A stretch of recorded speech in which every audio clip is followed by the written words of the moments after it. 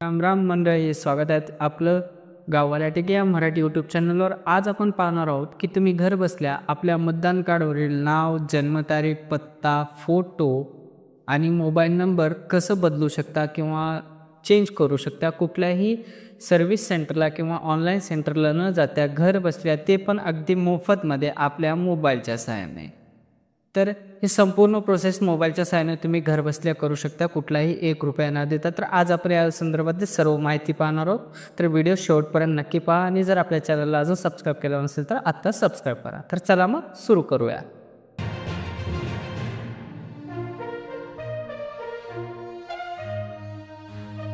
सर्वात अगोदर तुम्हाला तुमच्या मोबाईलमध्ये प्ले स्टोअर ओपन करायचं आणि त्यामध्ये सर्च करायचं आहे वोटर हेल्पलाईन. जसं तुम्हाला स्क्रीनवर दिसत आहे अशा प्रकारे तुम्हाला ॲप सर्च करायचा आहे, वोटर हेल्पलाईन नावाचा. हे इलेक्शन कमिशन ऑफ इंडियाचं ऑफिशियल ॲप आहे. ह्याला तुम्हाला काय करायचं आहे, इन्स्टॉल करायचं आहे तुमच्या मोबाईलमध्ये. ठीक आहे मित्रांनो, हे ऑफिशियल वेबसाईट आहे, यात कोणतीही थर्ड पार्टी ॲप नाही आहे, त्यामुळे कुठल्याही काळजी करू नका. त्यानंतर तुम्ही लॉग इन केल्यावर ॲप ओपन करायचा आणि इथं तुमचा मोबाईल नंबर, पासवर्ड टाकून सेंड OTP बटनवर क्लिक करून तुम्हाला लॉग इन करायचा. जर तुम्हाला पासवर्ड आठवत नसेल तर फॉरगॉट पासवर्ड करा. आणि जर तुम्ही पहिल्यांदा या ॲप ओपन करत असाल तर तुम्ही इथं न्यू युजर या बटनावर क्लिक करून स्वतःचं रजिस्ट्रेशन करावं लागेल. जर तुम्ही रजिस्ट्रेशन केलं नसेल तर आपण आता रजिस्ट्रेशन करू द्या. त्याच्यावर क्लिक केल्यावर तुम्हाला इथे सर्वात अगोदर तुमचा मोबाईल नंबर टाकायचा आहे मित्रांनो. मोबाईल नंबर टाकल्यावर तुम्हाला सेंड OTP या बटनावर क्लिक करायचा आहे आणि तुमच्या टाकलेल्या मोबाईल नंबरवर तुम्हाला OTP येईल. ते तुम्हाला खाली OTPच्या जागी OTP टाकायचा आणि वर पहिलं नाव भरायचं आहे तुमचं, जे पण असेल इंग्लिशमध्ये. त्यानंतर तुमचं शेवटचं नाव, आडनाव टाकायचं आहे. त्यानंतर तुम्हाला एक पासवर्ड तयार करायचा आहे आणि तुम्हाला OTP टाकलेलीच आहे ऑलरेडी. आता तुम्हाला सबमिट या बटनावर क्लिक करायचं आहे ना. ही सर्व माहिती अचूकपणे भरून घेतल्यावर तुम्हाला सबमिट बटनवर क्लिक केल्यावर तुमच्यासमोर एक पॉपअप येईल, ज्याच्यात तुम्हाला सांगलेलं आहे your created successfully, user created successfully असं येईल. याला ओके करायचं. आता तुम्हाला जो मोबाईल नंबर टाकला होता रजिस्टर करण्यासाठी तो मोबाईल नंबर इथे टाकायचा आहे. जो पासवर्ड टाकला होता ते पासवर्ड टाकायचा आहे आणि सेंड OTP या बटनावर तुम्हाला क्लिक करायचं आहे. त्यानंतर तुमचा जो मोबाईल नंबर रजिस्टर आहे त्या मोबाईल नंबरला तुम्हाला पुन्हा एक OTP जाईल. तो OTP तुम्हाला पुन्हा भरायचा आहे. ठीक आहे मित्रांनो, आता मी तुम्हाला ऑनलाईन लाईव्ह दाखवतो. अशा प्रकारे OTP येईल. तुम्हाला तो OTP भरून लॉग इन नाव या बटनावर क्लिक करायचा आहे. एकदा लॉग इन नाव या बटनावर क्लिक केल्यावर तुमच्यासमोर असा पूर्ण हे उघडेल. त्याच्यानंतर तुम्हाला वोटर रजिस्ट्रेशन या ऑप्शनला क्लिक करायचं.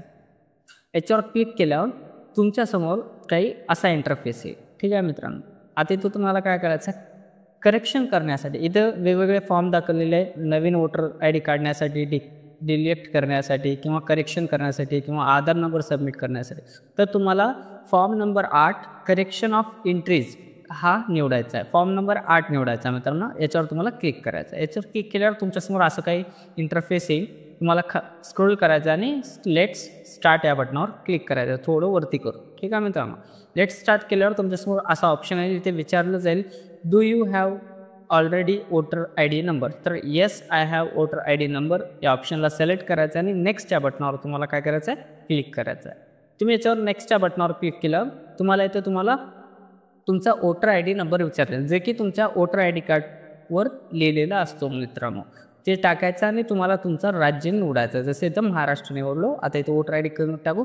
फेच डिटेल्स या बटनावर तुम्हाला क्लिक करायचं, जसं मी लाईव्ह दाखवत आहे तसे स्क्रीनवर. त्यानंतर तुम्हाला खाली असं मेसेज येईल, we have found this record for your inter voter ID card, please check on proceed button. खाली प्रोसीड बटनावर क्लिक करायचं आहे आणि इथं संपूर्ण माहिती आहे. तुमचं नाव, लिंग, जेंडर, त्यानंतर तुमचं मतदान असेंब्ली कोणती आहे, मतदान क्षेत्र, त्यानंतर जिल्हा कोणता आहे, संपूर्ण माहिती आहे. पोलिंग स्टेशन आहे, ती माहिती एकदा व्यवस्थितरित्या चेक करून घ्यायची की ती माहिती तुमचीच आहे का नाही, हे व्यवस्थितरित्या तुम्ही चेक करून नेक्स्ट या बटनावर क्लिक करायचं आहे. त्यानंतर खाली इथं आता तुम्हाला तुमचं नाव, आडनाव सर्व काय दिसेल. इथं तुम्हाला काही बदल करायचं नाही, थोडं खाली यायचं आणि इथं बदल करायचा मित्रांनो. इथं बघा आधार नंबर हा ऑप्शन दिसेल तुम्हाला. आता मी तुम्हाला दाखवतो आधार डिटेल्स. इथं आधार नंबर तुम्हाला भरायचा आहे मित्रांनो. इथं मात्र तुम्हाला भरायचं. वर कुठेही तुम्हाला चेंजेस करायचे नाहीत. इथं तुम्हाला आधार नंबर टाकायचा आणि खाली मोबाईल नंबर जे दिसत आहे इथं तुम्हाला तुमचा मोबाईल नंबर टाकायचा मित्रांनो.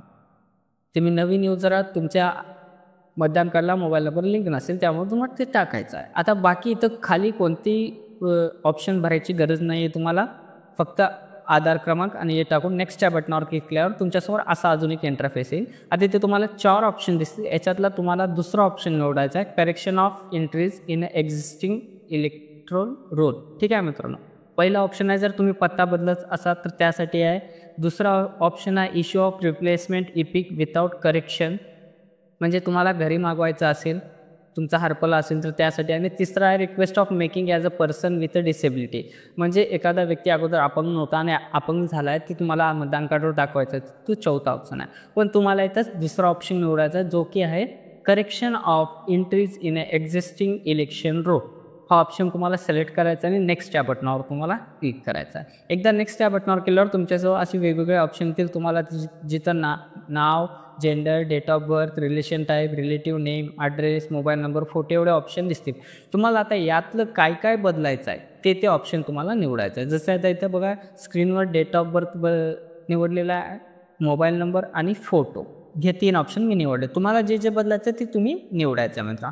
त्यानंतर तुम्हाला नेक्स्ट या बटनावर क्लिक करायचं आहे. जे निवडायचं आहे ते निवडून तुम्हाला नेक्स्ट या बटनावर क्लिक करायचं आणि त्याचे तुम्हाला व्हॅलिड डॉक्युमेंटसुद्धा रेडी ठेवायचे आहेत मित्रांनो. तुम्ही जे बदलणार आहात त्याचा प्रूफ तुम्हाला दाखवावं लागेल. जसं की आता बघा इथं मी इथं जन्मतारीख बदलत आहे, तर मला सर्वात अगोदर जन्मतारीख निवडावं लागेल, जे पण माझी बरोबर जन्मतारीख असेल मित्रांनो. ठीक आहे, ती जन्मतारीख निवडायची आहे आणि त्याच्यानंतर त्याला प्रूफ म्हणून मला काही डॉक्युमेंट द्यायचे. ते डॉक्युमेंट तुम्ही लावायचे. आता जे पण तुम्हाला डॉक्युमेंटमध्ये ऑप्शन असतील, आता इथं डेट ऑफ बर्थसाठी Aadhaar card, PAN card, driving licence, 10वी-12वीचं सनद किंवा इंडियन पासपोर्ट किंवा बर्थ सर्टिफिकेट असे ऑप्शन आहेत मला. ठीक आहे, तुमचे हे ऑप्शन दुसरे बी राहू शकतात, सेम पण राहू शकतात. जर तुम्ही दुसरं काही बदलत असाल तर त्याला दुसरं काही राहू शकते, जे तुम्हाला ते निवडायचं. आता मी इथं पॅन कार्ड, त्यानंतर आता मला इथं पॅन कार्डची फोटोसुद्धा अपलोड करावं लागेल बेटा. असंच तुम्हालासुद्धा तुम्ही जे डॉक्युमेंट प्रूफ देणार आहात त्याचे फोटो अपलोड करावे लागेल तुम्हाला. आता मी इथं फोटो अपलोड केलो. आता ते खाली मोबाईल नंबर आहे मित्रा, मी इथं मोबाईल नंबर टाकून घेतो आणि मोबाईल नंबर टाकल्यावर एक सेंड OTP नावाचा बटन येतो, ते आता सेंड OTP करून व्हेरीफाय करायचा मित्रांनो.